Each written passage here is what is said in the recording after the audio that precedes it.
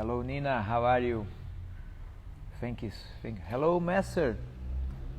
I will send an invite to you right now. Wait a second. I sent the invitation, Master. Hello, Diana guest. Good morning. Bom dia, Diante. Oh, now I remember you on Brazil in Búzios in 2009. Yeah. Do you remember? Yes, I remember. Yes, my you start your speech in Portuguese.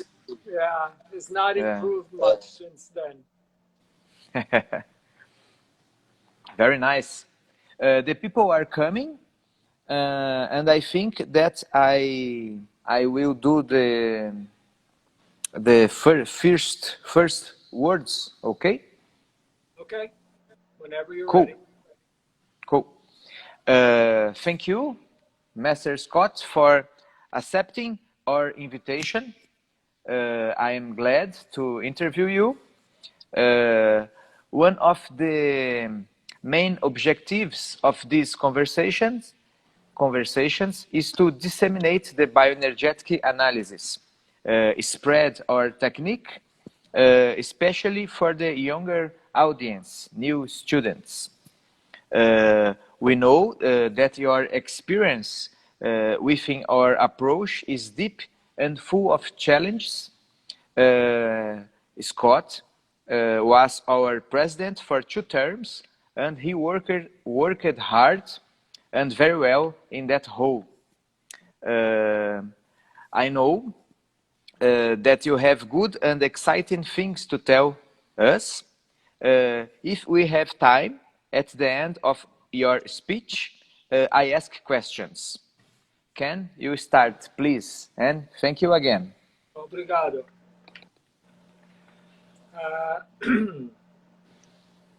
I don't know if I have exciting things. I have difficult things.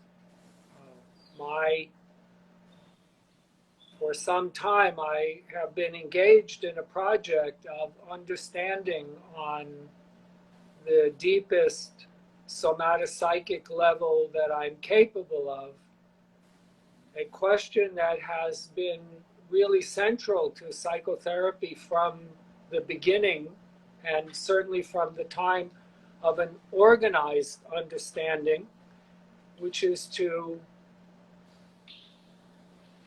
formulate some comprehension of human destructiveness. So I have entitled this talk, my part of it, Encountering Evil in the Other and Oneself, a project for bioenergetic analysis. But I want to start, before I get into that, with a salutation to our new IIBA president, Cristina Piaui. She follows a line of illustrious women leaders in the IIBA, including one as executive director and our most recent past president. My mentor in organizational leadership guided me many years ago to see that the role of a leader is to take people where they want to go.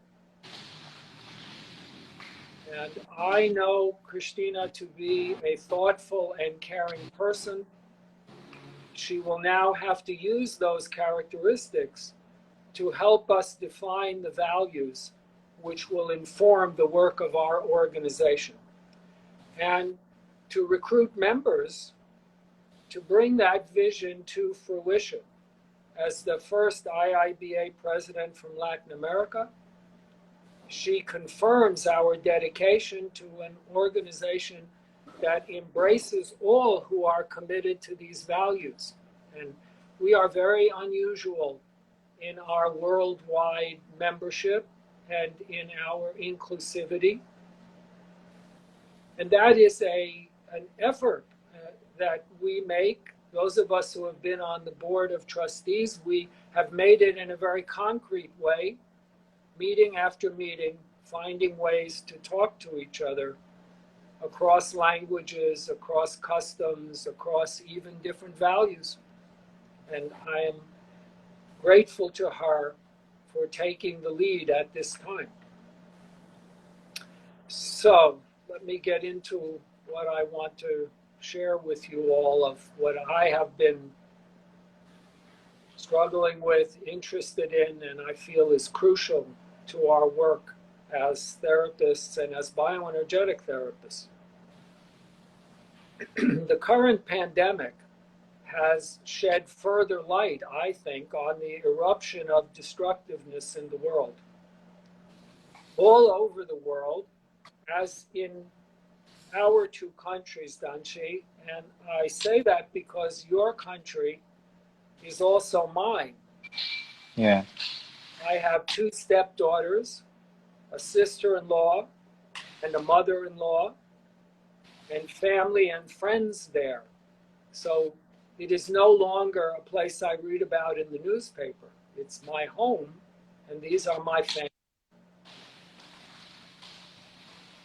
The leadership in that country and here in my country and in other countries to which I belong by virtue of heritage and family and colleagues all over the world now, China, Russia, Poland, Italy, Hungary, Israel.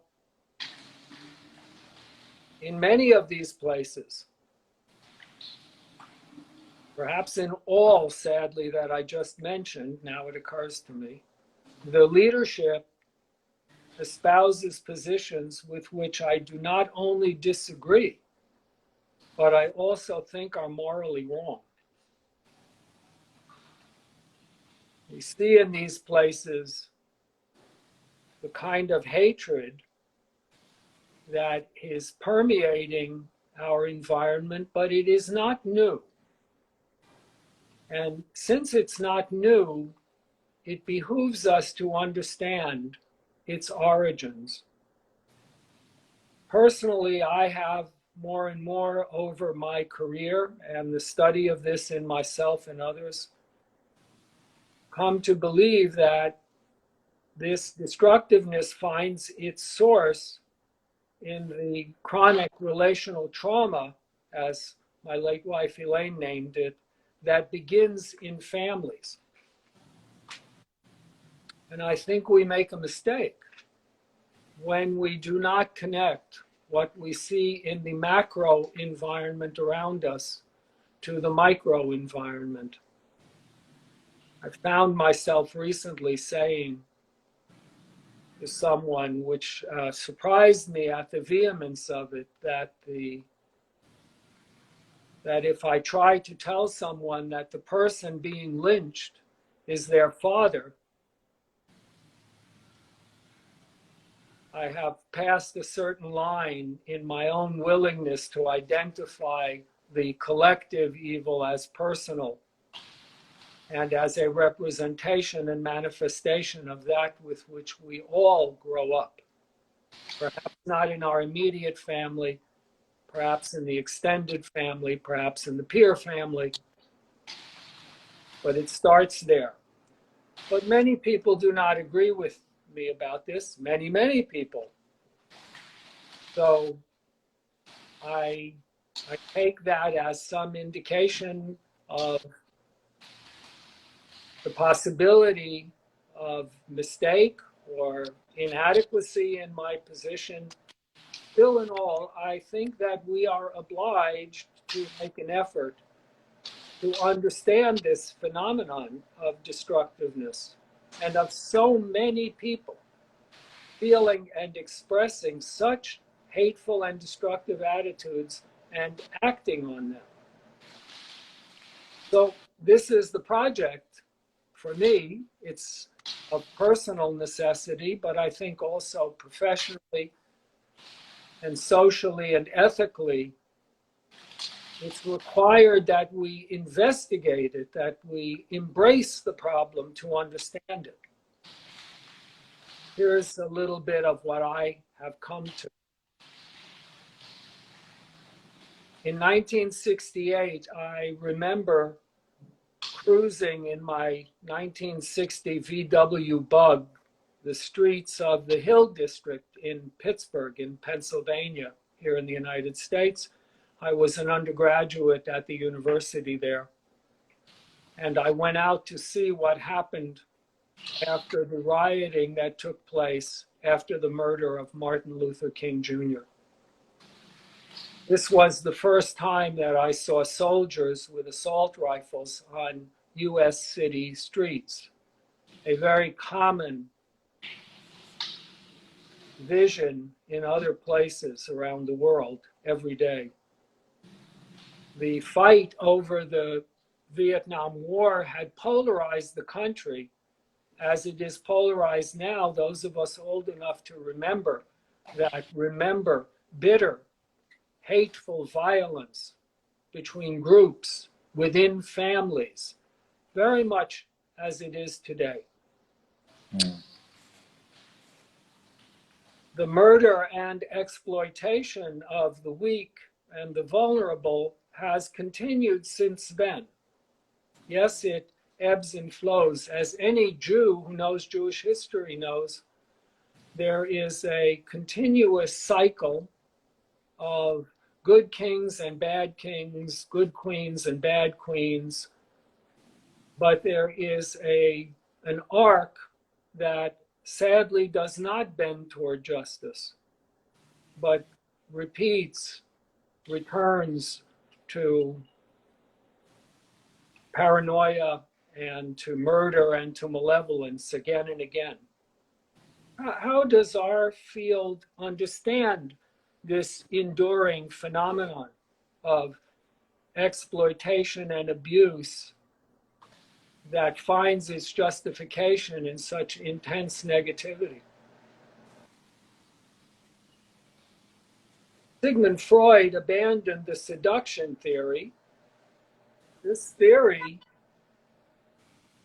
was based on what is now incontrovertible evidence of an enduring pandemic of child sexual exploitation and abuse. Yeah. To some extent, his choices are understandable to me. As a coward, I would prefer not to have to stand up to the powers that be and tell them things that they don't want to hear. And to some extent, our whole field has been reluctant to undertake a militant and thoroughgoing analysis of the abusive behavior that underlies the suffering we experience and we see in our patients. When I was first in graduate school, the first professor I had who taught the introduction to clinical psychology was a very beloved professor, and I'm very grateful to him. He was my dissertation advisor and a supervisor. He was very kind to me and very supportive, and I think a deeply caring human being. And he said to us one day in class, he said, so when you get to the bottom of the neurotic process, what's there? And, you know, we were a high-powered bunch of young people, most of us were, and we wanted to be smart and we wanted to be good at what we were doing, and we thought this question through and went back and forth. And he said finally, well, what I would say is nothing. There's nothing there. And I thought to myself, that can't be right. That is an idea about neurotic processes, self and other destructive and defeating processes, that says that they stem from internal fantastical reactions and responses, and that once one sees that, one can correct those distortions and live in reality. I'm both interested in how destructiveness comes about and equally interested in how we ignore it. which we do. I can appreciate Freud's late in life pessimism. After all, he barely and only luckily escaped the engine of evil that destroyed members of his family and most of the members of his group, Jews in Europe. Had that evil continued to spread as it could have, I would not be here speaking to you today. Yeah. In our particular end of the field, Reich, Wilhelm Reich and Alexander Lowin were utopians. I don't think people necessarily know this, but the early group of psychoanalysts around Freud were very politically active. Freud persuaded the Vienna City Council to open a mental health clinic that would treat working people free of charge. These were not people who were living in the supposed ivory tower. And certainly Reich was intensively involved in an effort to take the principles of psychoanalysis and apply them to political action. That's a process that persists in my family to this day. I suddenly realized I hadn't thought of this before. And I admire it tremendously. But they were utopians. They believed that discharging the negative and toxic energy and feelings and residua, Master, attitudes. sorry, Reich and Freud, or Reich and Lowin? Reich and Lowin. And Lowin, Utopisты, okay. Yeah, in different ways, but utopians. They believe that if people discharge this pent-up toxic emotional energy and the attitudes that came with that, these were engendered by social oppression and frustration of healthy human needs, that the expression of that, the discharge of that toxicity would lead to the emergence of a naturally good person, naturally good, naturally self-regulating, a kind of Rousseauian idea. My life's work on myself and with patients tells me that this is an incorrect understanding. So utopian ideas are useful as inspiration and aspiration, but they're not very useful as day in, day out working principles when I'm up to my armpits in human misery, my own and other people's, and our destructiveness. My experience as a young adult with the civil rights movement here in the United States, and then with the women's movement, with the anti-war movement, with the movement for respect for and freedom for people of different sexual orientation to be themselves and live as they are, with all of these different consciousness expanding and growing movements, my experience with that taught me, along with many other people, far more deeply understanding this than I do, that the work of us who believe we are working for justice is not only on behalf of those who are oppressed and abused, not only what we are doing for them, but also the work is with myself as someone who embodies the same attitudes I deplore in others. Yeah. These attitudes are very deep and they're very ingrained. I'll give you a little concrete example. I run out in Central Park very early every morning. There are not very many people, so I don't have too many conflicts to deal with. And I was running my usual route, and a man was running toward me, sort of young, middle-aged man, big, strong-looking guy, no mask. And then there was a man walking beside me, ahead of me, no mask. Normally, I would go to the far right. I'm sort of a US driver. I move to the right. But now I was kind of trapped. I run with a mask under my chin. I pick it up when I'm near people. I understand the science quite well. I don't feel at risk. I don't think I'm posing a risk. I'm pretty careful. But I also want people to feel comfortable, and I want to feel comfortable. So I was caught. If I move to the right, I'm too close to this man who's just walking. If I stay in the middle, I'm not 2 meters away from either one of them. I'm sort of caught here, and I'm running, so I'm not in my most clear mind. If I ever am, I'm not then. So I made a decision to go far left, which is unusual. And I put my mask up. It's okay with me that he's not wearing a mask. I don't have an issue with that. As he goes by me, he says, "You should move to the right."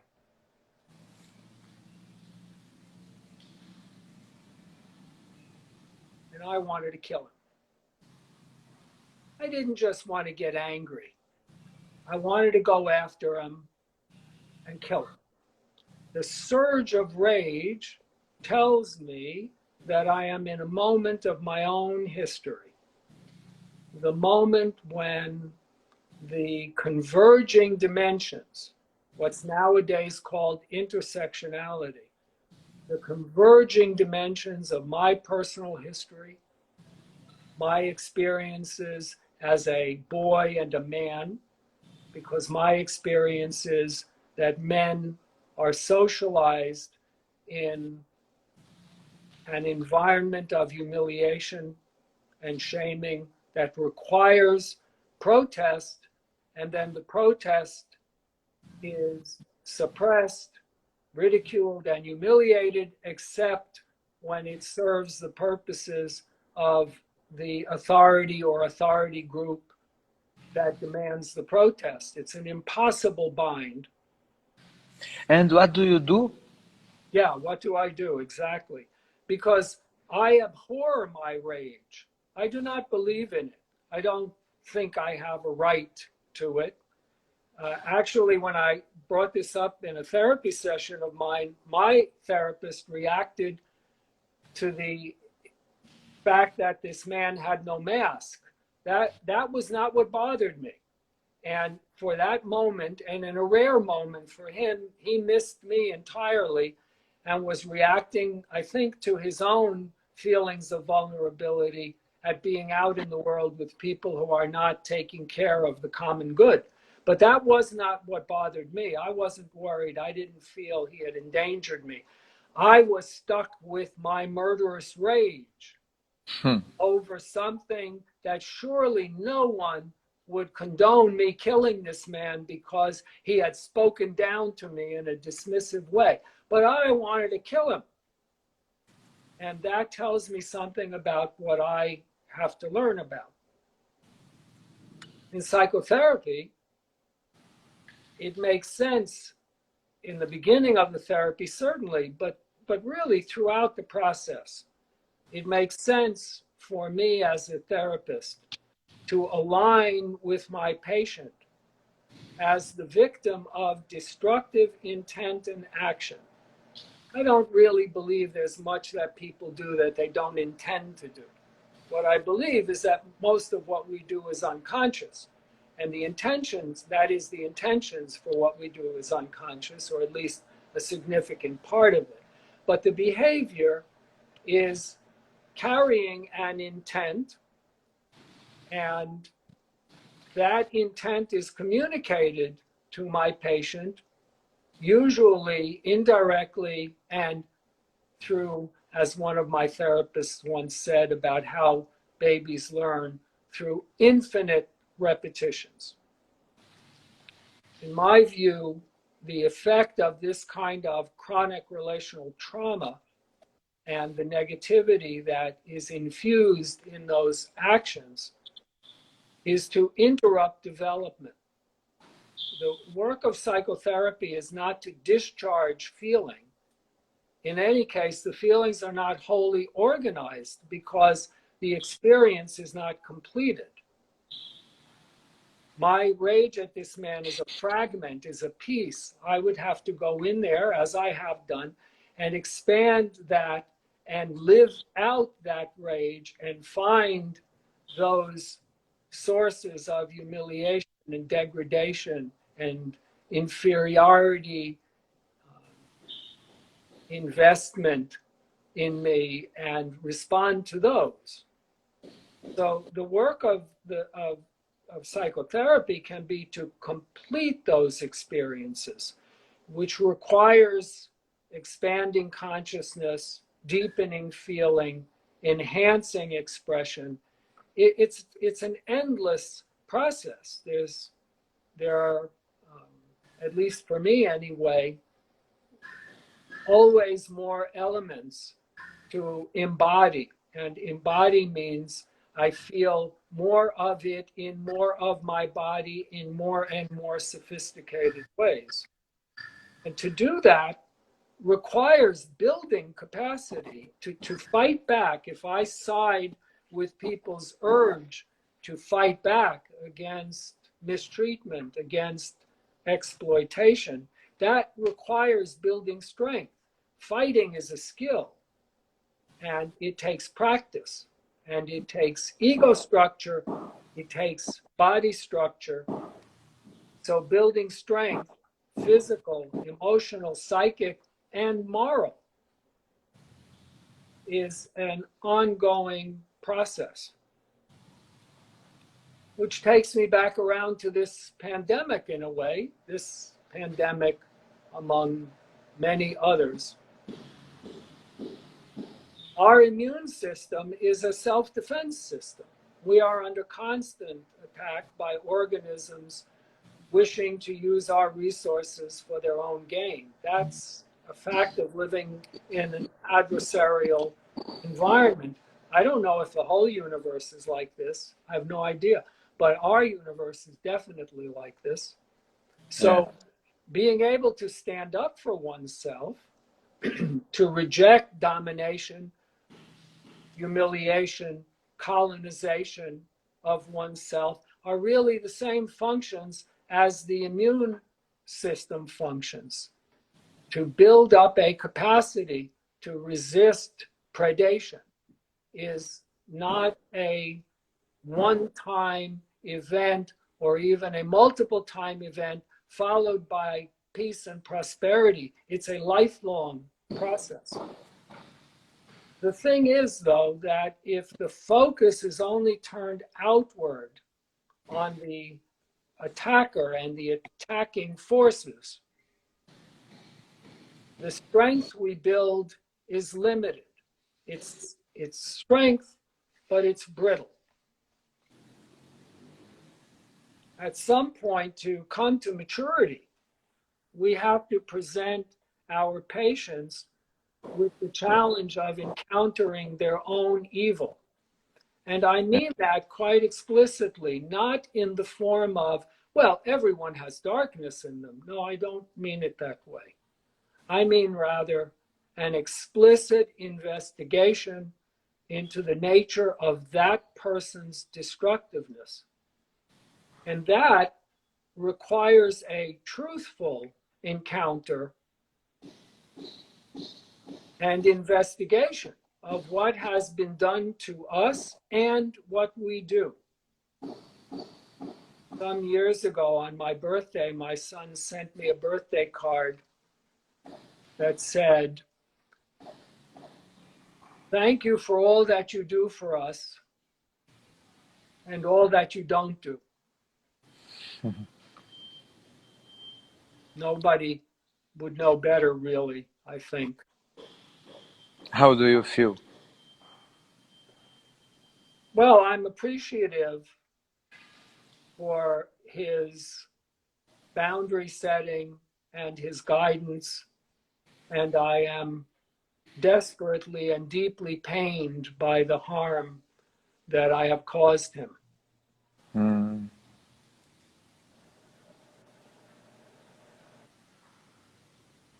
Thank you for asking.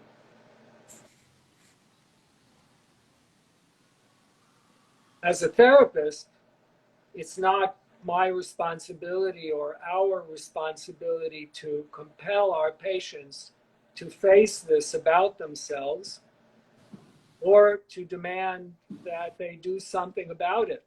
I'm sure most of you listening who are therapists have had the experience of working with someone whose behavior was reprehensible. Treatment of spouses, children, employees, themselves.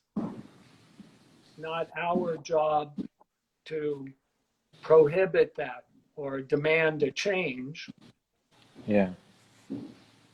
It is our job to be prepared to see it and call attention to it. And that turns out to be quite difficult, raising our own consciousness and that of the people around us is really a very difficult struggle. And in order to do that, we have to tolerate the evocation of reactions to evil, our own reactions and the reactions of others. So I think it's useful. I'm one of those people who thinks words really matter when they matter. Of course, when they are separated from meaning and from body reality, then they're just whatever they are, but they don't have the meaning and mattering and weight and gravity of words that do have meaning. But when they have meaning, they mean really specific things often. The opposite of evil is not love, and it's not compassion. The opposite of evil is goodness. And goodness, interestingly enough, is a narcissistic function. Goodness is related to power. When a person feels good about himself, what he is saying or she is saying is, I have faith in my goodness. And it is faith at this level, faith in the child's goodness, not love for the child,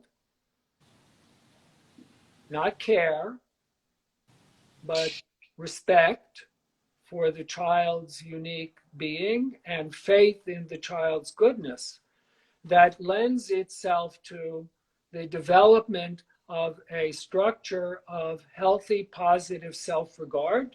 That's the narcissistic function. Yeah. And in that is the possibility of connecting to goodness, benevolence, through what we call pleasure. There are many names for it, but I think pleasure is a really good one, as opposed to relief or gratification or even fulfillment, this unique connection to goodness. And then it is possible to deploy power for good. In my generation, many of us on my side of the political spectrum renounced power. And in the early days of bioenergetic analysis, as a kind of alternative psychotherapy, that renunciation was a part of the ideology. But this is a mistake. Power is neutral. Power is force. Power is aggression. Aggression was linked after or before and after the First World War to encroachment, to colonization, to domination. That makes it too confusing. Aggression is force, passionate, good, for good, all possible. But it's something we know in our bodies, so we have to come back to our own experience.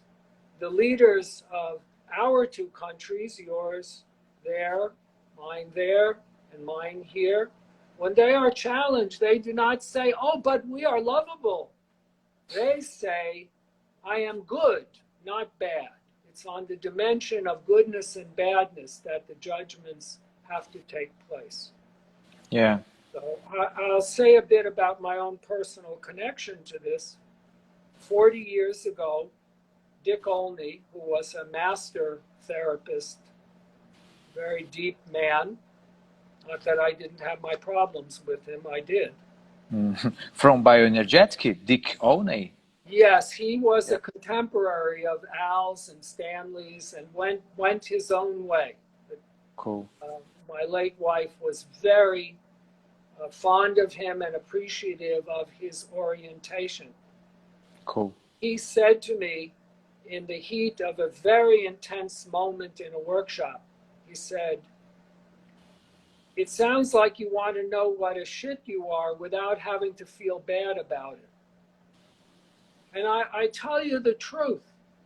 I sat there and I did not exactly understand what this man had just said to me.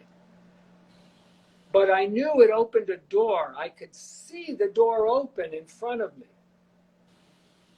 And I knew I had to decide if I would enter the room through that door.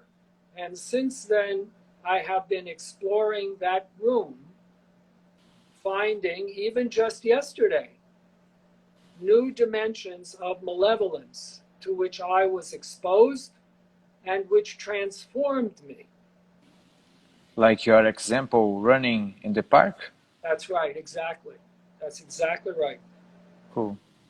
And I have gained considerable knowledge through this process, painfully acquired, about the transformation to malevolence, which is just as significant in this world as the transformation to goodness, which we all hope for. And that informs me, that knowledge informs me. My therapist recently called it a ghastly gift. I thought that was exactly right. What gift? Ghastly. Ghastly is like a Ghastly. horrible gift. Horrible. Gift, Ghastly. but it's horrible. Horrible. In our work as therapists, we have to confront ourselves with the way people repair their damaged self-esteem systems without acknowledging the wrong that they do. I don't think it's correct to assume that we therapists are any different from anyone else. Yeah. Luigjì Zоя, in his talk at the last IIBA conference and in his article in the New Journal, he speaks to this issue, I think. And when he was asked at the it was a wonderful talk, profound and brilliant for me. When asked at the conference what hope he saw for us as a species, he took a moment. He really stopped and thought, at least to me it appeared that way, and he found it difficult to articulate a vision of hope. But he endorsed our continuing work to understand and face the sources of human destructiveness. And this is the project we in bioenergetic analysis can undertake. I'll give you a little professional example of what I'm talking about. Perfect. A young colleague who consults me as a consultant, no longer a supervisor, she's completed her formal training. She represents to me the best of this. She listens to and attempts to make sense of the raging rants of her patient on the current issues of the day. The conspiracy to take power by falsifying the emergence of a pathogen virus. Wow. And she treats his maniacal, poisonous, fulminating with the respect due to the communications uttered in psychotherapy, searching for their personal meaning, seeking to connect them to his personal mistreatment. I am focused on his mistreatment of her, worried she is too exposed to harm.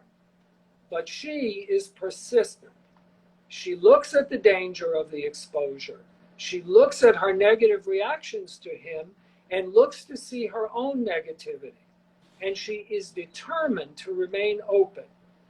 I am ready to give up on this man, her patient, but each time she brings home to me the importance of her faith in the process born of her very hard work on herself. We both know that there will be no success in this treatment if we do not somehow bring home to this man the harm he causes. In his determination to shield himself, yes, but also those who did harm to him, his parents, his siblings, from exposure, he endangers us all. Yeah, very, very difficult situation. Very difficult.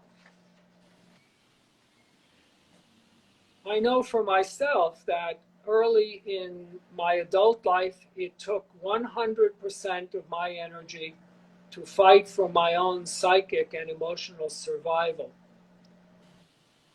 Eventually, I could shift to 99% and now perhaps to 98%.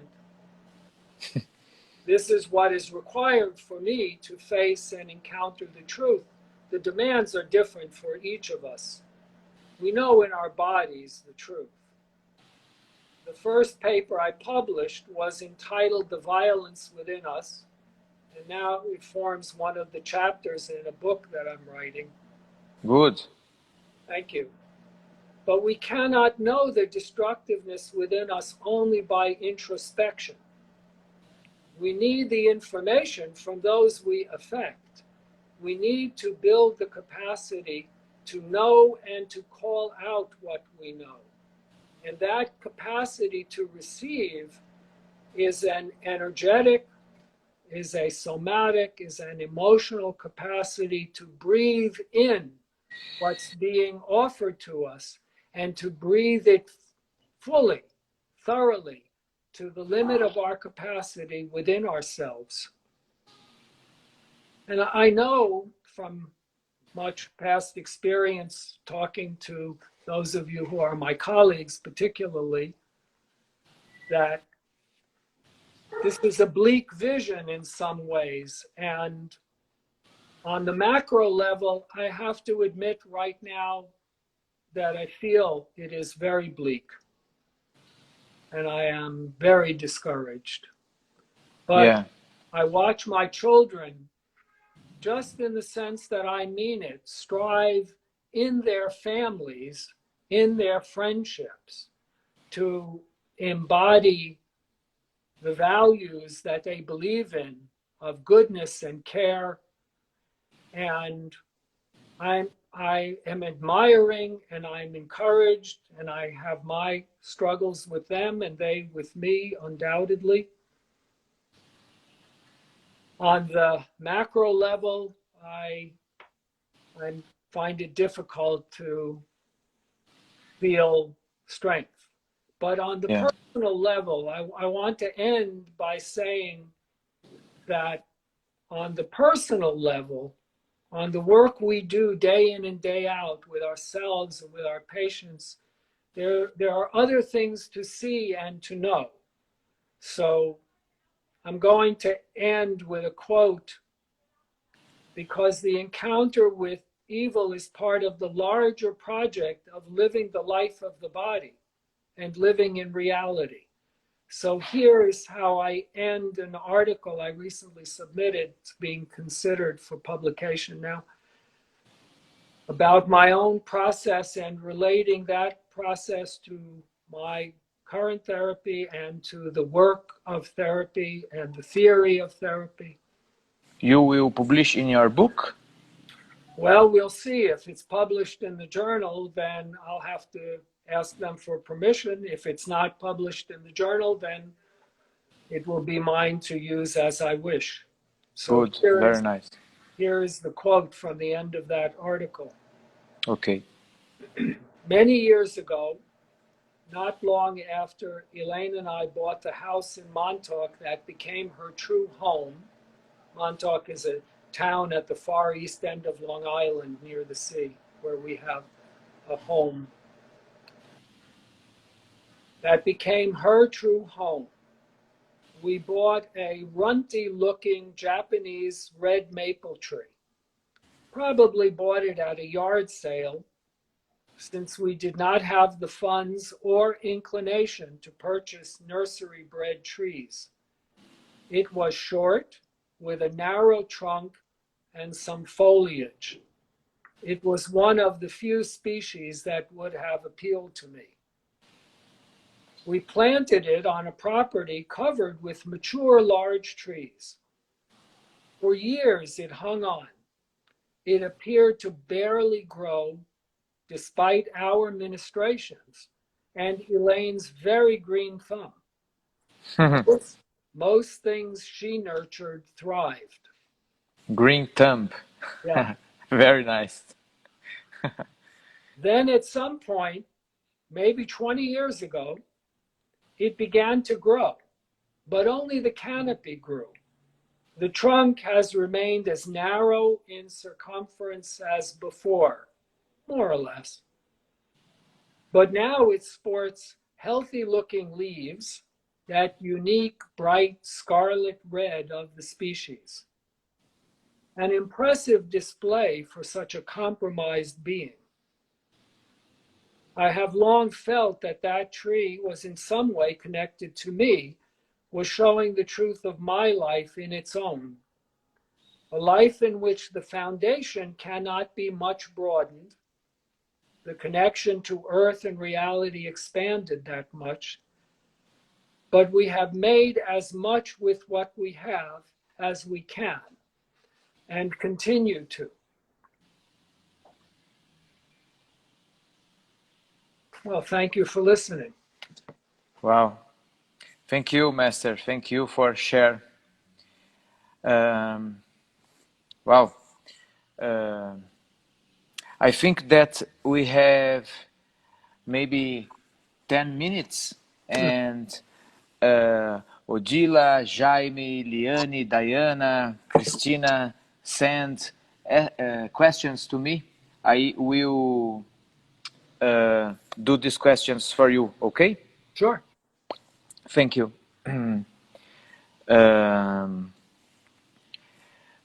Wait a second. Here, from Jaime and Christina. Within your experience as a former president of the IIBA, how do you think a Latin American female president can contribute to the IIBA right now? From Jaime.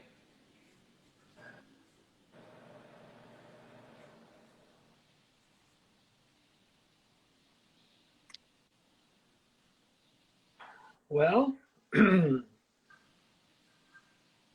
I was in exile for a long time in the IIBA because of my opposition to some of what was done, which I felt violated moral and spiritual goodness.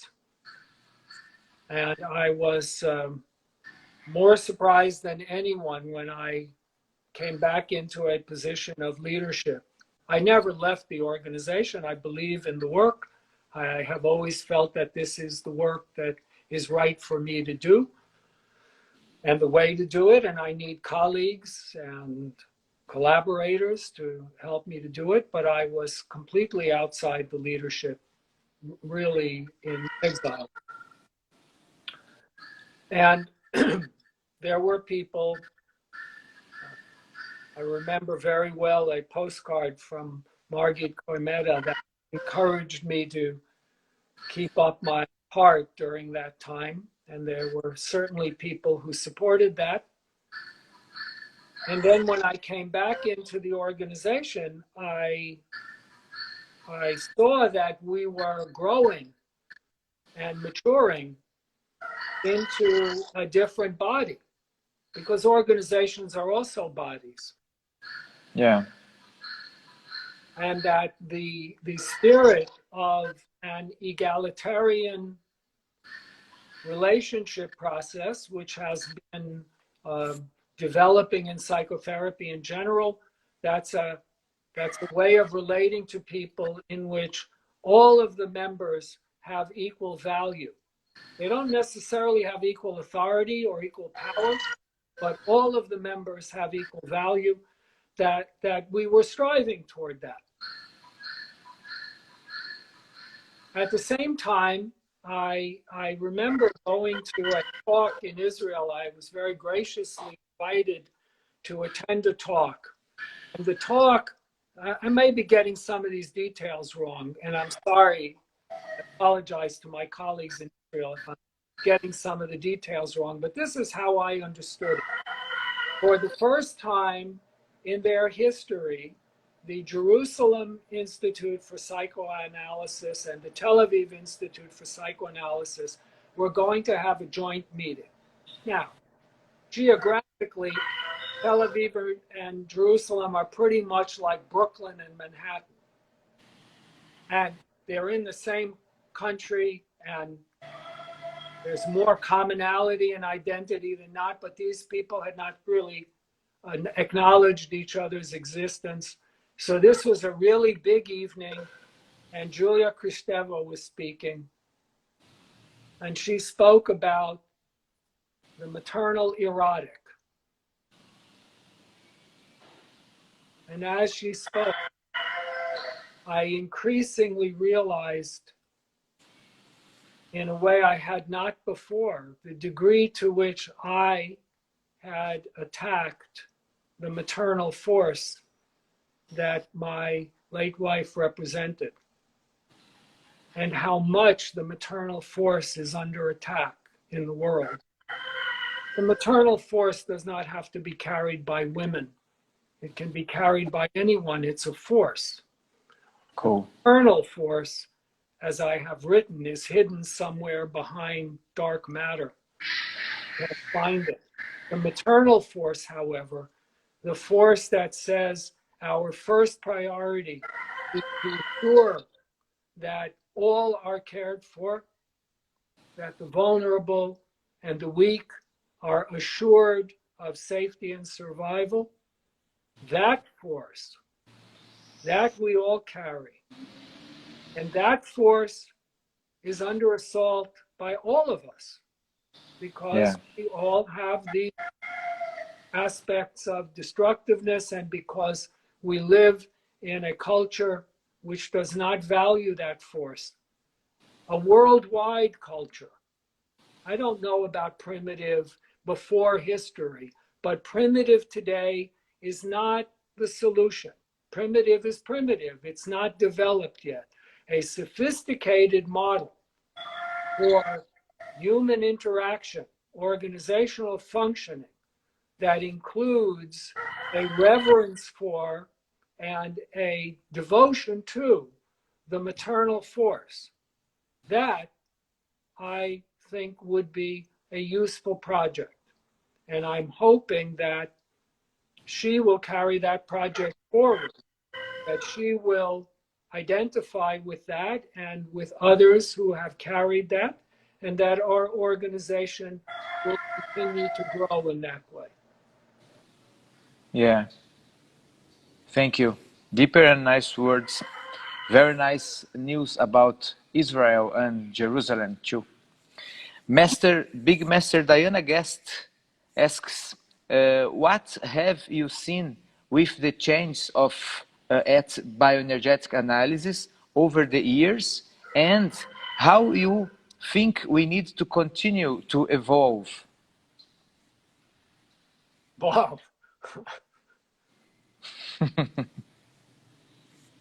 I have maybe 1 hour to your answer.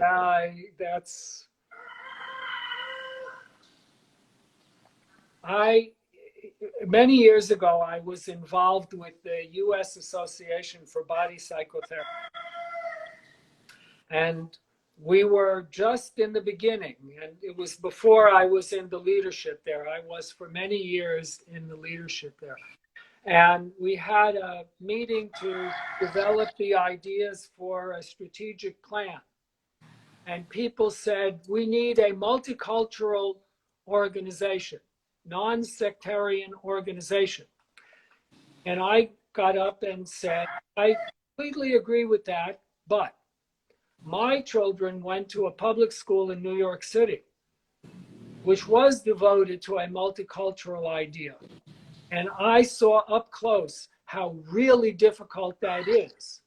Being multicultural doesn't mean honoring other people's holidays or eating their foods. It means opening oneself to the possibility that other ways of believing and thinking and feeling are equally valid, and that the judgment to determine whether things are good or bad, along the lines of what I've been talking about here, has to be deeply rooted in an awareness of self and all the investment that we, each of us, have in being right. Perhaps the most egregious abuse of all, omniscience, that we know what's right. And I didn't say all that. I just said, boy, I know how hard this really is. Let's not kid ourselves. And for a while, that organization pursued that. And then, in my personal opinion and experience, it degenerated back into a sectarian organization. And there were right people and wrong people. And suddenly the work that I did was disparaged and ridiculed by people who did not know me and clearly hadn't read anything I'd ever written. And that was very painful to me. Yeah. And I have seen the IIBA evolve from a feudal, patriarchal, patronizing organization into a multicultural organization in the best sense of that term. Not perfect, always continuing. I struggle with it all the time. But I hope that that's how we will strive to be. And that will allow us to get away from these characterizations that limit and narrow us. I had that experience very early in my life in bioenergetics of being told I wasn't really a bioenergetic therapist, when I'm quite clear that all the work I do rests on a somatopsychic foundation, and that I strive, as Stanley Kellerman did, and I admire him for it greatly, to keep up that unitary perspective and learn more and more about that. So that's a big change.